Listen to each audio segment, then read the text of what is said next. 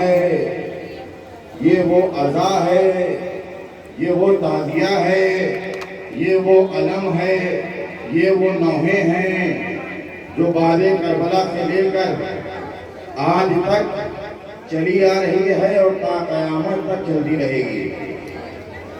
اس کے طریقے بدلتے ہیں، لوگ بدلتے ہیں، لیکن عزائے حسین میں شریک ہونے کا جو ہم کو شرف حاصل ہوا ہے، یہ ہمارے اور آپ کے لیے اس سے بڑھ کر کوئی دوسری خوش قسمتی کی بات نہیں ہوگی۔ امام حسین، امام مظلوم، رسول خدا کے نواسے، مولا علی کے فرزند، جناب فاطمہ زہرا کے شہزادے، اپنے کلبے کی قربانی پیش کیا، بچپن کے دوست حبیب ابن مظاہر کی قربانی پیش کیا، اصحاب جون کی قربانی پیش کیا، کڑیل جوان بیٹا جناب علی اکبر کی قربانی پیش کیا، 32 سالہ بھائی حضرت عباس کی قربانی پیش کیا۔ حد تو تب ہو گئی جب رباب کا چشمہ گلیدر 6 مہینے کے لیے تیر کھا کے کربلا کے میدان سے اپنی پیاس بجھا کے آئے۔ امام مظلوم جب جناب علی اکبر کو جن کے حال کانے میں نہ ہو پڑا تھا، میری ماں تمہیں رقم نہ کرنا، جناب علی اکبر کو جب امام حسین کربلا کے میدان میں لے کے گئے ہیں تو وہاں پہ لوگوں کو یہ غفلت ہوئی کہ لگتا ہے کہ حسین ہاتھ میں قرآن لے کے آ گئے ہیں۔ امام حسین نے فوت یزید کے درمیان یہ کہا کہ تمہاری دشمنی مجھ سے ہے، تمہاری لڑائی مجھ سے ہے، تمہاری مخالفت مجھ سے ہے، بیعت کا مسئلہ مجھ سے ہے، اس میں میرے 6 مہینے کے معصوم بے زبان علی اصغر سے کوئی واسطہ نہیں ہے، کم سے کم اس کو تو سلام کر دو۔ امام مظلوم فرماتے ہیں کہ اگر تمہیں لگتا ہے کہ حسین اپنے بیٹے کے آڑ میں پانی پی لیں گے تو میں کربلا کی جلتی ہوئی ریتی پر اپنے 6 مہینے کے معصوم بچے کو رکھ دیتا ہوں۔ کربلا کی زمین اس قدر تپ رہی تھی، اس قدر تپ رہی تھی کہ اگر ایک دانہ اناج کا بھی کربلا کی تپتی ہوئی ریتی پر گر جائے تو بھول جائے۔ امام مظلوم نے اپنے 6 مہینے کے بچے کو اس کربلا کی جلتی ہوئی زمین پہ رکھ دیا۔ فوج اشقیہ میں کوہرام برپا ہو گیا، لوگوں سے دیکھا نہیں گیا۔ ہرملہ سے کہا گیا کہ ہرملہ حسین کے علی اکبر کو قتل کر دو۔ 3 بھارے کا تیر جناب علی اکبر پہ چلایا گیا، وہ تیر جناب علی اکبر کے گلو کو چھیڑتے ہوئے امام حسین کے شانے پہ لگا۔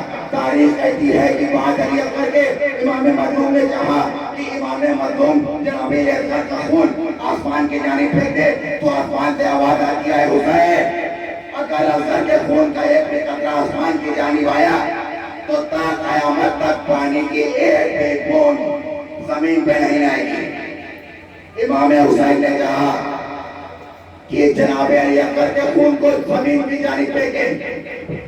زمین پہ آواز آتی کہ حسین اگر خون ناحق کا خون زمین کی جانب آتا ہے تو تا قیامت تک اناج کی ایک بھی فصل زمین سے پیدا نہیں ہوگی۔ قربانی کا سلسلہ یہ ختم نہیں ہوتا ہے، انصار شہید ہو جاتے ہیں، احباب شہید ہو جاتے ہیں، دوست شہید ہو جاتے ہیں، اولادیں شہید ہو جاتی ہیں۔ آخر میں 71 شہادتیں دینے کے بعد 57 سال کے امام حسین کربلا میں اپنی قربانی کو پیش کرتے ہیں، اور وہ وقت جب امام حسین کی گردن پہ شمع کا خنجر ہوتا ہے تو امام حسین شکر پروردگار کرتے ہیں، امام حسین سجدے میں ہوتے ہیں، امام امام حسین شکر پروردگار کرتے ہیں، یہاں تک بھی سلسلہ قربانی نہیں رکا۔ مردوں میں فقط عابد بیمار موجود تھے، سیدانیوں کے سروں سے چادریں چھینی گئی، 4 سال کی سکینہ کو تماچے مارے گئے۔ کربلا سے کوفہ، کوفے سے شام تک امام حسین اور ان کے کنبے نے قربانی پیش کی اور اسلام کو زندہ رکھا۔ امام مظلوم کا سر، امام حسین کا سر آج اس بات کی دلیل ہے کہ ہم سب آج یہاں پہ کھڑے ہوئے ان کی شہادت کے سوگ میں شامل ہیں، اور ہم اور آپ امام حسین کو ماننے والے ہیں، امام مظلوم کی عزاداری کرنے والے ہیں، ہمارے کاندھے ان کے تعزیے کے لیے بنے ہیں۔ تو ہمارا ایک اور فرض ہے جو 2 لفظوں کا ہے، اور اس پہ عمل کرنا ہر حسینی پہ واجب ہے۔ میں کسی فرقے کی بات نہیں کر رہا ہوں، صرف حسینی کی بات کر رہا ہوں، یہ ہر حسینی پہ واجب ہے۔